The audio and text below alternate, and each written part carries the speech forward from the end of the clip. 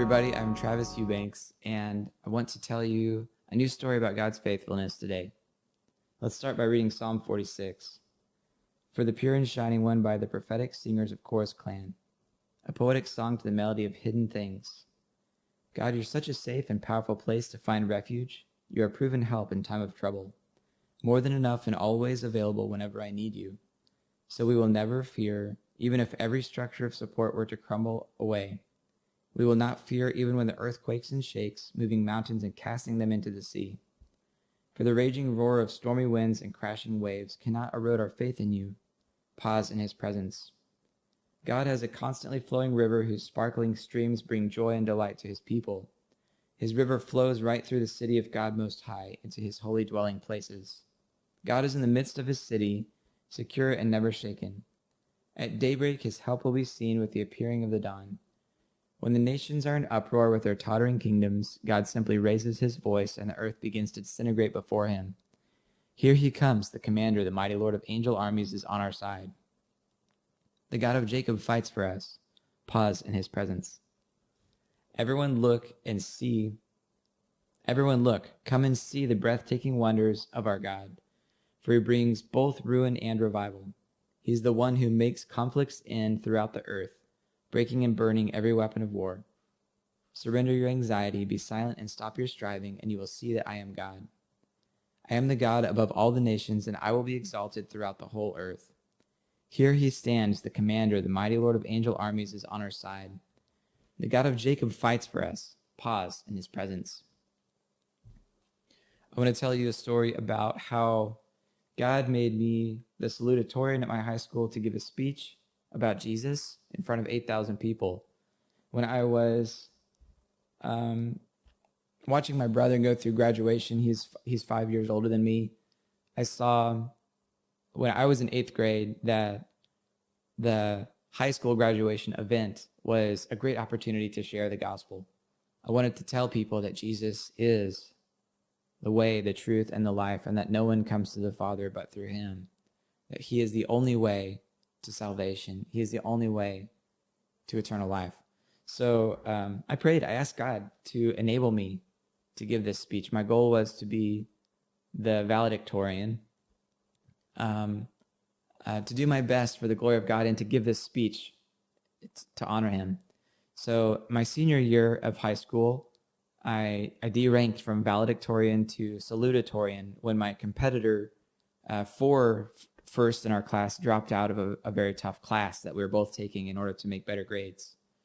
And so he came and told me that his GPA had surpassed mine by 0.03 of a point. And I congratulated him. I told him, hey, great job. My parents were concerned that I would be upset that I had lost the rank of valedictorian and gone down to salutatorian, but I told them that I'm not upset. I only wanted to give a speech about Jesus. I only wanted to tell the gospel. That's all I want. And because I'm salutatorian now and not the valedictorian, I get to go first in sharing this message. So what I saw was when I stood up to speak, the audience was extremely loud. There were 8,000 people in this giant arena. It was like a basketball arena. And they're all talking. It's extremely loud in this place. But when I stood up to the microphone and I opened my mouth, I heard an audible silence fall on the crowd. My mom and her prayer team had been praying that God would silence the crowd so that they could hear about Jesus. And it was so quiet that I could have heard a pin drop.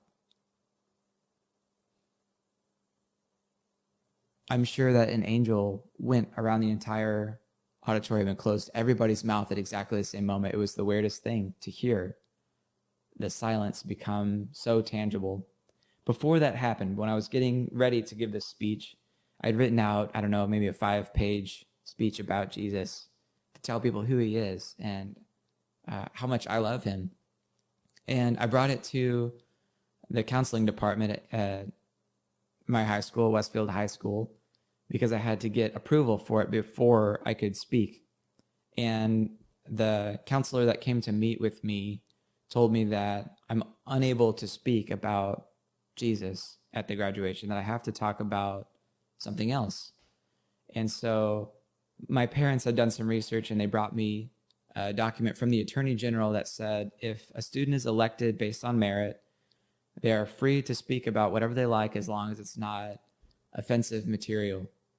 So I showed this to her and told her, my passion is Jesus, and I want to talk about him because of my merit-based selection for this speech. I am able to tell people about him. And so we discussed this for probably 30 minutes to an hour before she left the room, seeking help from someone else in the school who could side with her to help her to remove Jesus from my speech. She left the room, and immediately she found a wonderful man named Alan Dietz, who had just left the bathroom, and she grabbed him and said, "Alan, I need your help with Travis."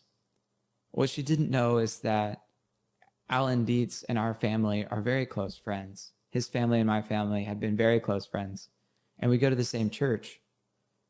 So as he comes into this office and sees me describing my desire to talk about Jesus, he really helped me to hone my speech, to make it more clear, to more clearly emphasize how good our God is, and to talk about him to these people.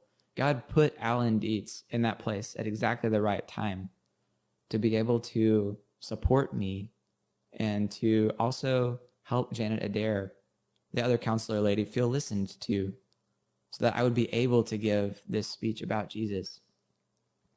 So what did happen is I confessed my dream to God. I want to give this speech for your glory. I want to stand up in front of this crowd and to declare your praise. And he gave that to me. He gave it to me, and it happened in 2003. So that's my story of God's faithfulness to me, to uphold me, to provide for me, to honor me in my desire to honor him. I hope you have a great day and enjoy the life that God has given you today. He's breathed his life into you to bear his image, to declare the truth, to love him with all of your heart, all of your soul, all of your mind, and all of your strength, and to love your neighbor as yourself. Talk to you later.